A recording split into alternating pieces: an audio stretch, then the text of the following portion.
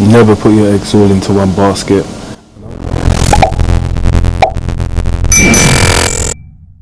I know this working thing seems like a game, and most of it is a game.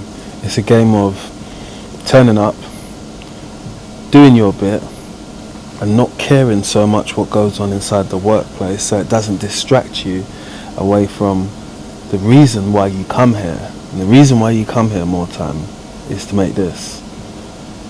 So you see everybody else's attitude, it shouldn't really bother you.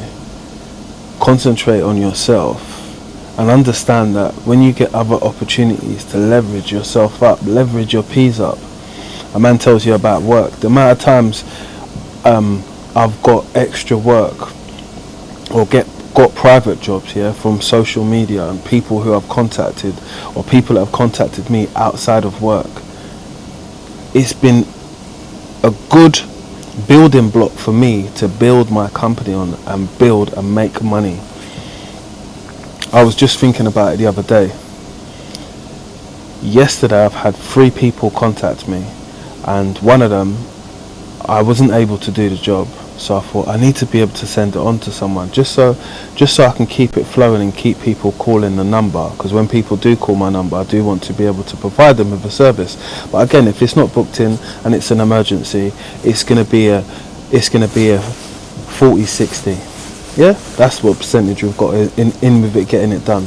If with something that we've been contacted with before and we've made time, of course it's going to be done. That's 100%.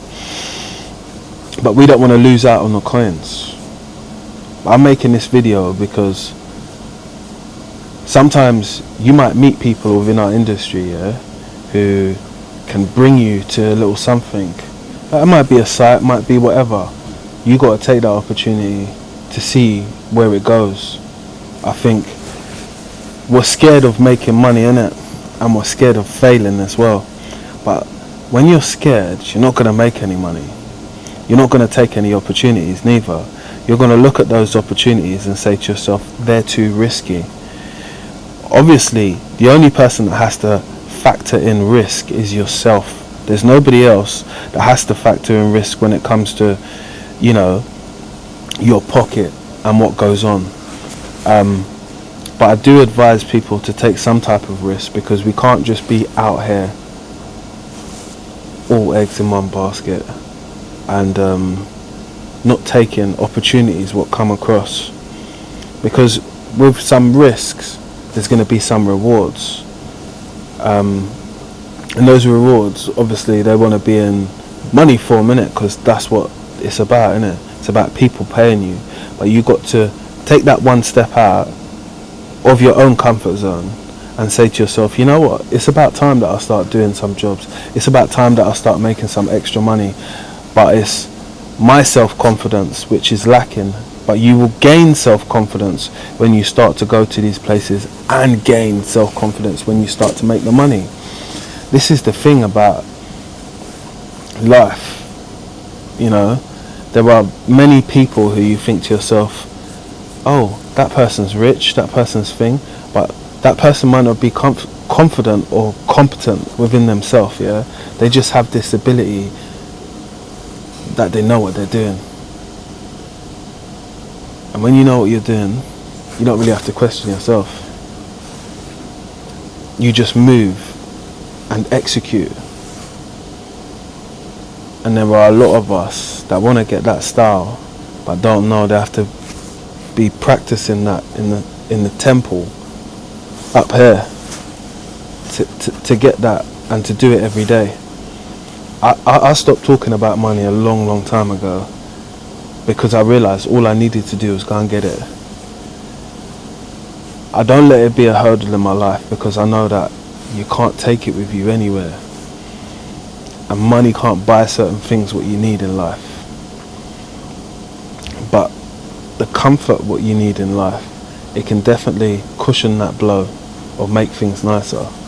You know, I always said to myself, I only want to really work in affluent areas, because I've had the drama and back and forward with customers and people about money, and oh, I think you're charging too much, could you charge me a little bit less?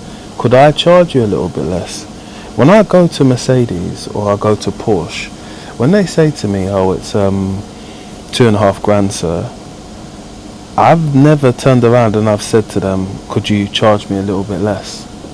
I maybe think they might laugh, or maybe they might do something. I don't know. It's not something that I would do, because that's not my style as a person.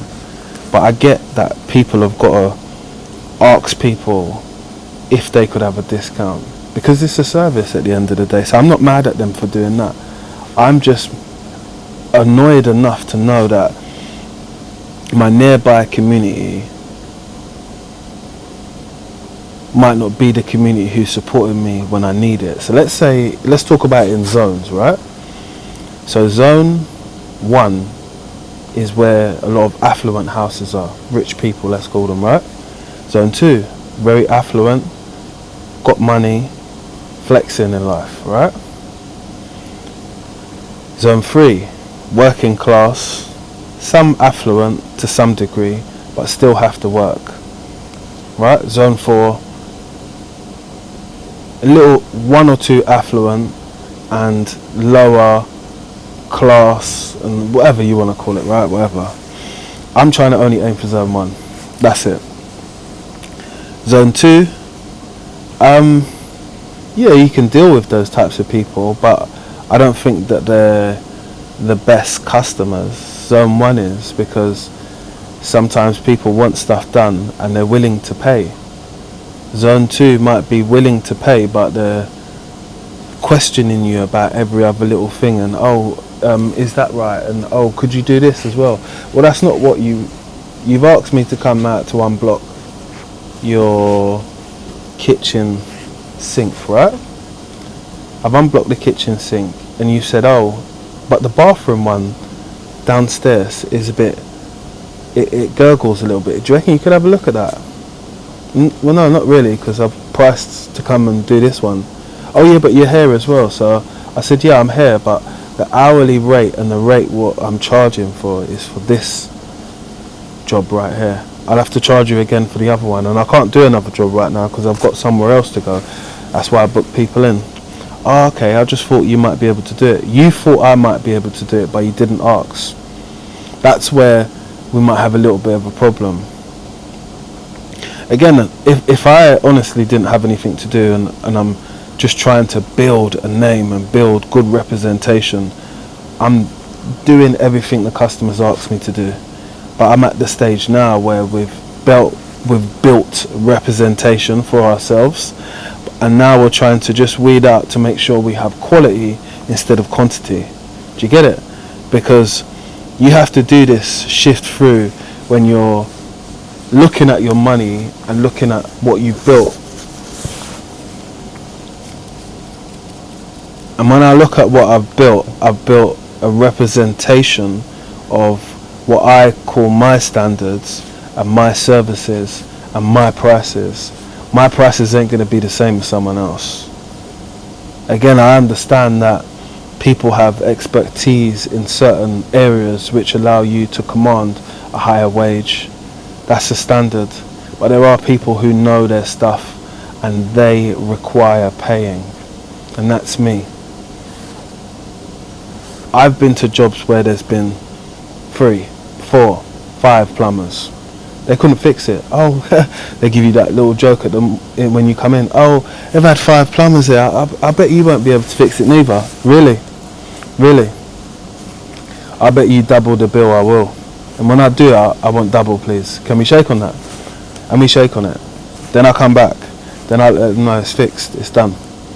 So let's say if I was going to charge them $4.50 or something, I want $8.50. We've shook on it, innit? It's a deal. And there's not really no going back on it. But they're the type of things you could do if you were super confident within what you're doing. Because you could move with a level of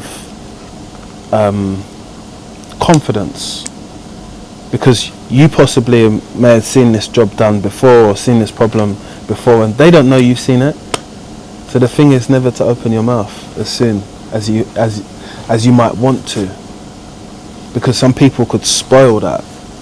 and say, oh, I don't know, yeah. I'm not even the type of tradesperson to do that stuff when you get into places. I don't know how much this is going to be. I just tell people up straight how much it is. Again, beating around the bush will make you lose customers. People are not really that loyal when it comes to customers and making money within trades. They will find someone else like this. You know, I might get a WhatsApp from a customer and they say, oh, I've got a leaking shower tray, could you have a look at it? And they might send me like 6 videos or pictures and with a caption, and I might be working and I might get the message through on my watch, and by the time I finish working, it might be like 4 hours or something like that. Look at the message and message them first thing in the morning. They might be like, oh, we found someone else. What can I do? Obviously I can have an automatic reply to people, but I obviously like to see what it is, what I'm getting into. Like I had that this morning, like someone hit me up. I want to show you it, but I don't want to show you this person's number because, you know, it's not necessary for me to show you, but it makes good context. Yeah, so like things like this, like someone will send me 2 videos, 3 captions, and it's like a shower leaking at the bottom. Like, to me, can I fix it? Obviously I want to say yes, but I can't do all the jobs sometimes, and you have to understand you can't do the jobs. And when people ask you on them circumstances, could you come on a wing, could you come on a fly, let me just get something straight with you. There's a rate which we charge. Are you willing to pay that rate? If you're willing to pay that rate, we'll get someone over to you ASAP. If you're not kind of willing to pay that rate and you want some type of negotiation, or you want to talk about the fees or something, then me personally, I don't feel you need it on right now. You might want it when you want it, but you got to make it make sense before you leave out or make any type of arrangements to go there, because I could contact this person. They could say, oh yeah, but the last plumber told me that he was going to charge me £120 an hour. That's fine, I'm not him, because I'm going to charge you £220 an hour, £230 an hour. Oh, it's a bit expensive. Well, nothing I can do about it, innit? It's, that's the rate. If you want to pay, you want to pay. If you don't want to pay, no problem. Again, I try not to like overprice myself, but I do try to be fair with people at the end of the day. You know, if it can be done and I can fix it in the first hour, I'm only going to charge you that 230, nothing else. Takes me a little bit longer, another hour. Do you get it? But if I would have worked out within that first half an hour that if I need another half an hour, I can guarantee I can do it. That's the thing. And then I'm going to pack up a little bit early. But don't be scared to make any of this money, man. You got to commit yourself to an nth degree and have your planned head on your shoulders, because a lot of people can fucking make money, yeah? A lot of people can't fucking hold on to it.